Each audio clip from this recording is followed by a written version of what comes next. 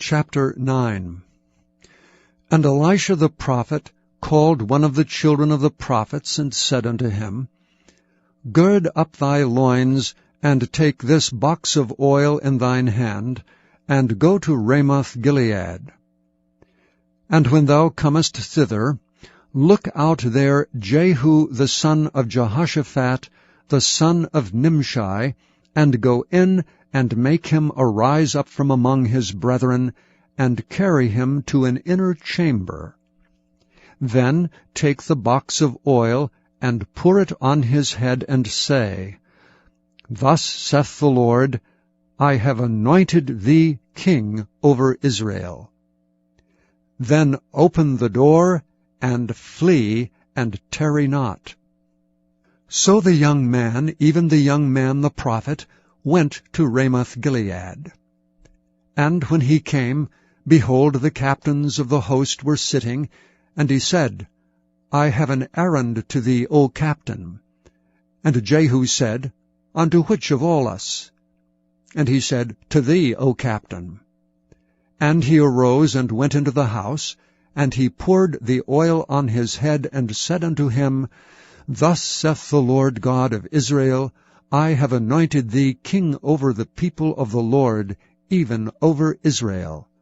And thou shalt smite the house of Ahab thy master, that I may avenge the blood of my servants the prophets, and the blood of all the servants of the Lord at the hand of Jezebel. For the whole house of Ahab shall perish, and I will cut off from Ahab him that pisseth against the wall, and him that is shut up and left in Israel. And I will make the house of Ahab like the house of Jeroboam the son of Nebat, and like the house of Baasha the son of Ahijah. And the dogs shall eat Jezebel in the portion of Jezreel, and there shall be none to bury her. And he opened the door and fled.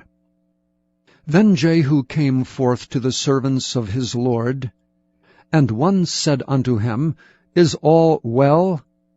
Wherefore came this mad fellow to thee? And he said unto them, Ye know the man and his communication. And they said, It is false. Tell us now. And he said, Thus and thus spake he to me, saying, Thus saith the Lord, I have anointed thee king over Israel. Then they hasted, and took every man his garment, and put it under him on the top of the stairs, and blew with trumpets, saying, Jehu is king. So Jehu the son of Jehoshaphat, the son of Nimshi, conspired against Joram. Now Joram had kept Ramoth-Gilead, he and all Israel, because of Hazael king of Syria. But King Joram was returned to be healed in Jezreel of the wounds which the Syrians had given him when he fought with Hazael king of Syria. And Jehu said, If it be your minds, then let none go forth nor escape out of the city to go to tell it in Jezreel. So Jehu rode in a chariot, and went to Jezreel, for Joram lay there. And Ahaziah king of Judah was come down to see Joram. And there stood a watchman on the tower in Jezreel, and he spied the company of Jehu as he came, and said, I see a company. And Joram said, Take an horseman, and send to meet them, and let him say, Is it peace? So there went one on horseback to meet him, and said, Thus saith the king, Is it peace?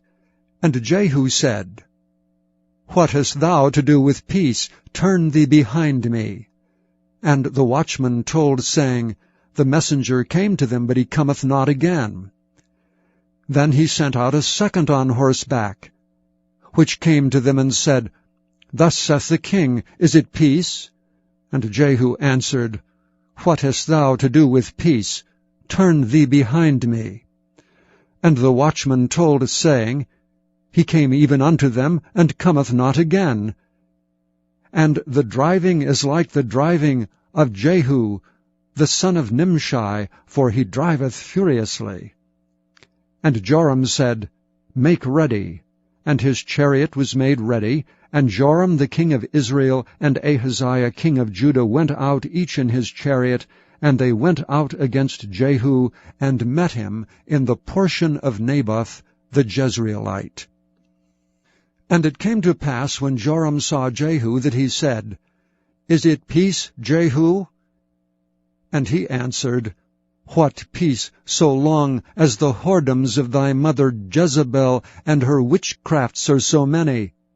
And Joram turned his hands and fled, and said to Ahaziah, There is treachery, O Ahaziah.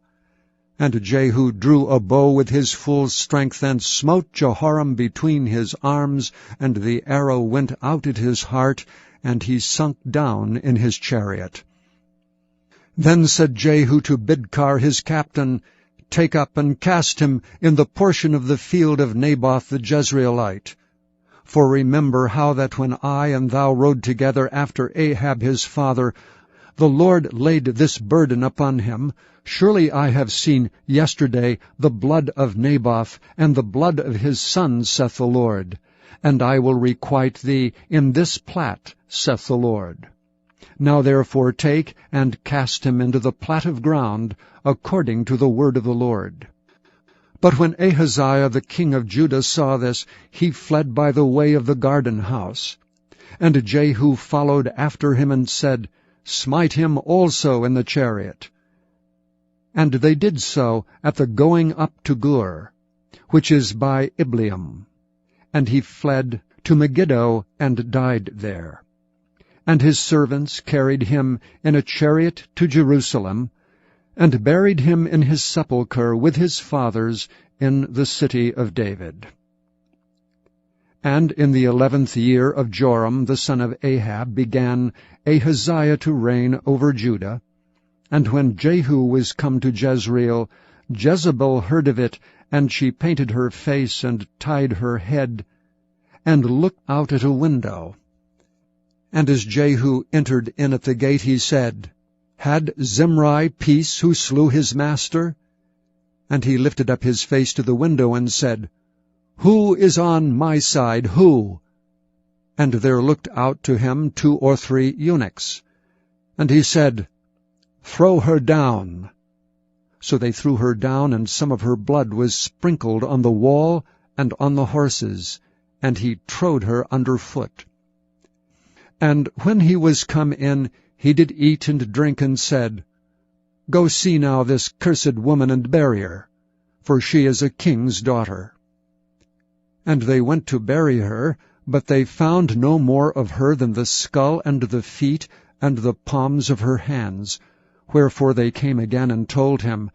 And he said, This is the word of the Lord, which he spake by his servant Elisha the Tishbite, saying, In the portion of Jezreel shall dogs eat the flesh of Jezebel. And the carcass of Jezebel shall be as dung upon the face of the field in the portion of Jezreel, so that they shall not say, This is Jezebel.